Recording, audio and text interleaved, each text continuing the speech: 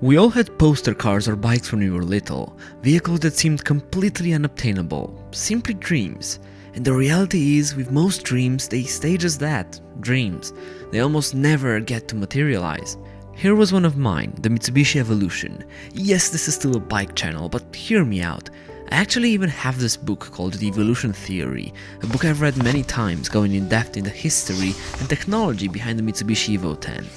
Truly fascinating and a proper piece of art if you're an enthusiast.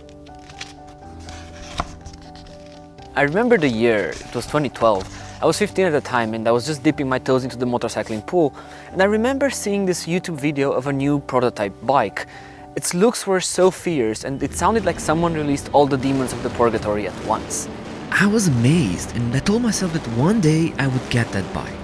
In fact, when I heard a story from the company's engineers, I was even more impressed. They had built this prototype as a what would happen if type project, and they gave it to their boss to have a ride on. When he came back, he said something along these lines: "This bike is insane, we have to build it." You see, that's what I love so much about this brand.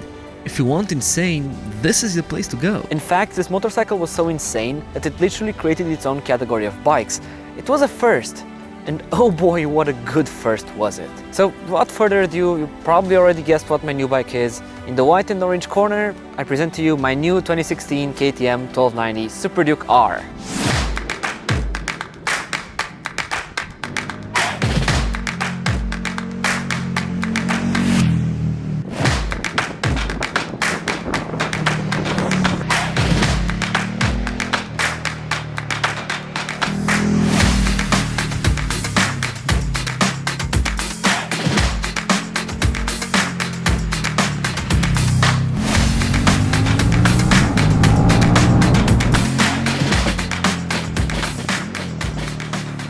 And this is not just any ordinary Super Duke, it's one that took a trip down the power parts strip with an unlimited fund credit card in hand. This is why the front fender is all carbon, the rear fender is also carbon, this little windshield is carbon, these back ornaments are carbon, and this incredibly useless protection on the tank is, gotcha, still carbon.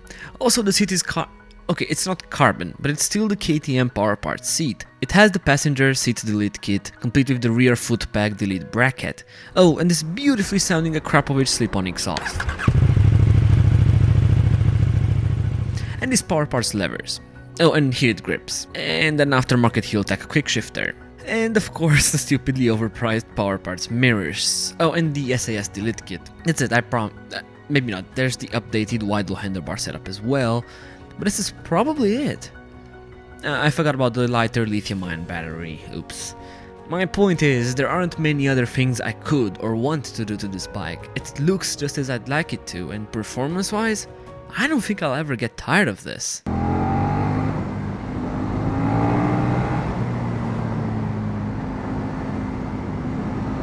Woo! This is too much for the road. I didn't take it out of third gear yet.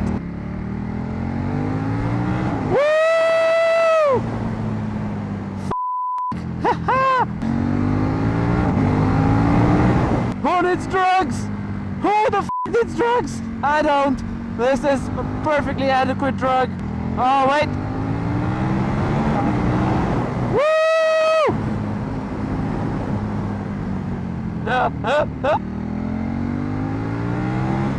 This is f***ing retarded. I don't care what you say, no one needs this. Nobody needs this. Nobody needs this street bike. Now, all the parts on the Super Duke are really high-end. They're all top-notch, but by far, the one key element that distinguishes this bike, it's the engine. All 1301 cc's come to life instantly and give you breathtaking acceleration, and they like rip your arms away with torque from its low RPM of 2000 RPM all the way up there. Like, it's a V-twin. You'd expect it to maybe taper off in the high revs, but it just never does. It just keeps pulling and pulling and pulling. If you want to remember how it felt like to be a kid and make your nice fancy blue jeans into khakis, then this is the bike for you. It's insane, it's unique, and it was unique when it launched in 2014, and even up to today in 2021, it's still a pretty unique sensation. It's a sensation that you can really only get with a Super Duke. There's no other bike on the market that can deliver something like this. Something with this amount of low in torque and also this amount of pull up high. There's nothing like it. It's amazing. Now, this is not a review. For that, I'll need to put way more miles and experience on this bike.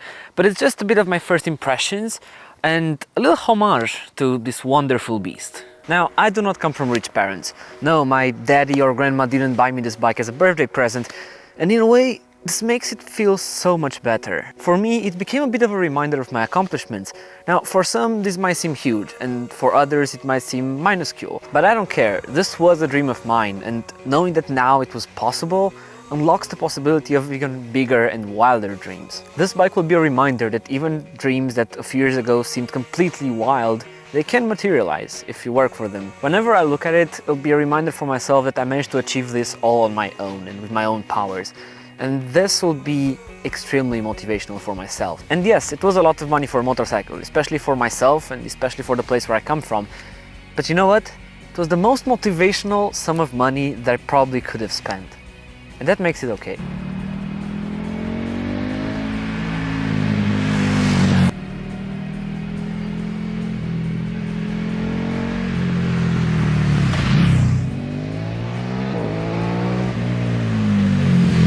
Disappointment is the exact opposite word that I would use to describe this bike. It's just amazing.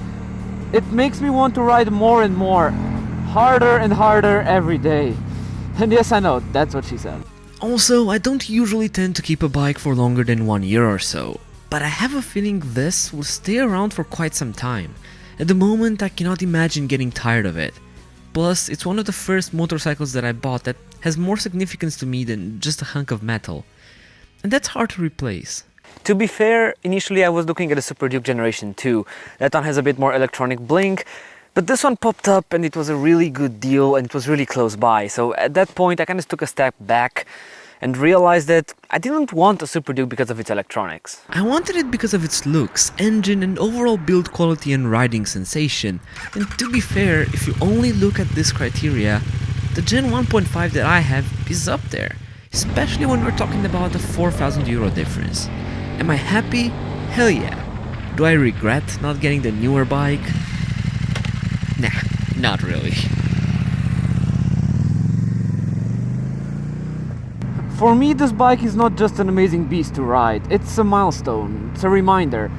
A reminder that I can do and achieve whatever I set my head to do. Suddenly this just unlocks my wilder dreams. Like, for example, the idea of finishing Romaniacs in the next few years suddenly doesn't seem like a fantasy. It seems doable because my first goal, which was this, I achieved and I managed to do it by myself.